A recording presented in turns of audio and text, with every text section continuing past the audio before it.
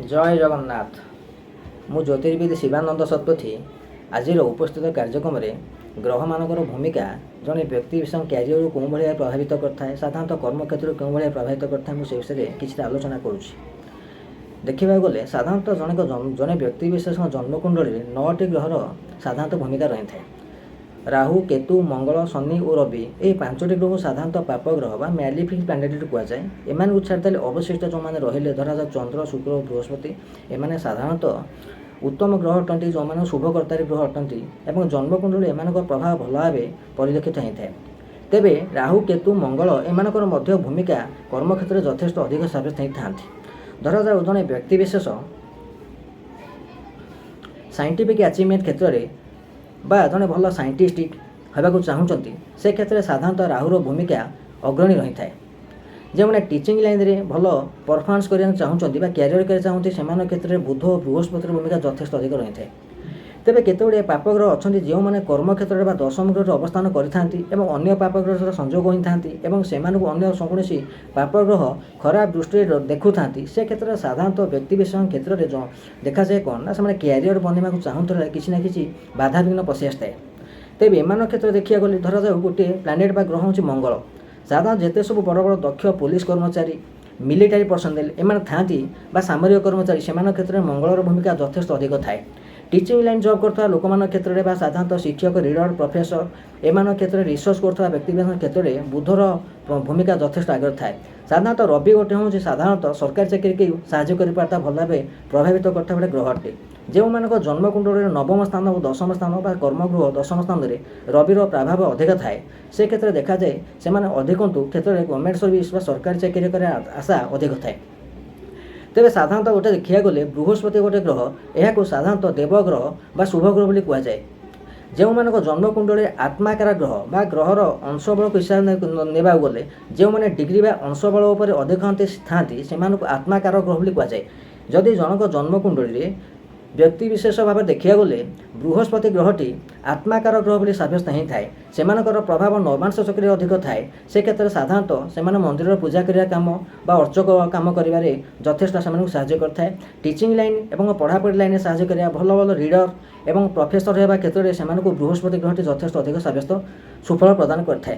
तेबे जन्मकुंडली देखा गले गोटे लोकर जन्मकुंडली चंद्रर भूमिका साधारणतः चंद्र पापकर्ता जो नथिले अन्य कौन पापग्रह संयोग नथिले चंद्र यथेष्ट भल उत्तम क्यारियर बनने साहय करता है। जो मान क्षेत्र में साधारणतः देखें मार्केटिंग एजुकेटिव साधारणतः एठाकू सेठाकू बुली जावा बहुत गुड़े दूर स्थान भ्रमण करने क्षेत्र में से क्षेत्र देखा माइंड प्लानेट में मदर प्लानेट चंद्रर भूमिका अधिक थाए। जो मानक जन्मकुंडली चंद्र दशम ग्रह अवस्थान करता से क्षेत्र में साधारणतः जॉब गुड़ काइनेटिक नेचर होता है। काइनेटिक नेचर बोले साधारणतः व्यक्ति विशेष जो मैंने मार्केटिंग जॉब में इनवल्व अच्छा सामिल अच्छा से गोटे जगह आउ गोटे जगह घूरबार साहय करता है से क्षेत्र में साधारणतः चंद्र और बुध प्रमुख भूमिका ग्रहण करता है। तेज आस देखा केते गुड़े क्षेत्र में बर्तमान आमर कार्यक्रम उद्देश्य हूँ क्यों कौन ग्रह साधारणतः जड़े व्यक्ति विशेष जन्मकुंडली थाए खराब अवस्था जहाँ जड़े व्यक्ति विशेष उत्तम क्यारियर कर साहय कर थाए बरं से सदा सर्वदा पछकु थाए। आसन देखिए से बाद क्षेत्र में मंगल जिते सब सुपारी किलर, कंट्राक्ट किलर, गुंडा, गुण अति बदमाश प्रकृतिर लोक साधारण चरित होता से क्षेत्र में मंगल साधारण नेगेटिव कैरेक्टर बोली साब्यस्त होता है। मंगल एमती गोटे ग्रह जहाँ मार्शियन प्लानेट बा युद्ध प्रमाण नीतिर ग्रह बोली कहुए। आर्मी पर्सनेल, मिलिटारी पर्सनेल साधारणतः पुलिस कर्मचारी एवं नेगेटिव देखा गले खराब अवस्था देखे जो मैंने सुपारी किलर, गुंडा, बदमाश एवं स्मगलर एम क्षेत्र में मंगल साधारणतः लीडिंग प्लानेट बा आत्माकार ग्रह बोली साब्यस्त होता है। तेज ए क्षेत्र में जड़े व्यक्ति विशेष बापा माँ बहुत किसी पैसा पत्र खर्च कर गोटे भल क्यारियर पिला बनाऊ बोली चाहूଥିବା बेले सेमाने किंतु सबुबले कर्म क्षेत्र में फेल्योर होता है। साधारणतः स्कूल कॉलेज क्यारियर करने एम क्षेत्र में यथेष्ट बाधा विघ्न देखा जाए। तेज एम क्षेत्र में देखा गले साधारणतः गोटे कथा गुरुत्व देवा पड़े जे जन्मकुंडली लग्नर भूमिका किपर अच्छी एथार लग्न बा जहाँ आम ज्योतिष भाषा सांस्कृत जन्मांग बोली कहुए, इंग्लीश या आसेनिक सेल्स बोली कहुए। ये लग्नटी जदि खराब ग्रहर प्रभाव थाए अधिक खराब ग्रह भाव दूषित भाव प्रभावित था से क्षेत्र देखा निश्चित जन व्यक्ति विशेष कम बयस क्यारियर बनवा गला बेले शिक्षा क्षेत्र में पछरे पड़ जाता बहुत गुड़े बाधा विघ्न संघर्ष से सामने ठिया जाए। तेज एम क्षेत्र देखा गले साधारणतः जड़े अभिज्ञ आस्ट्रोलोजर बा एक्सपर्ट आस्ट्रोलोजर सामने जब कुंडली रखा जाए प्रथम कर्तव्य देखा पड़ो जन्मकुंडली लग्नर भूमिका किपर अच्छी।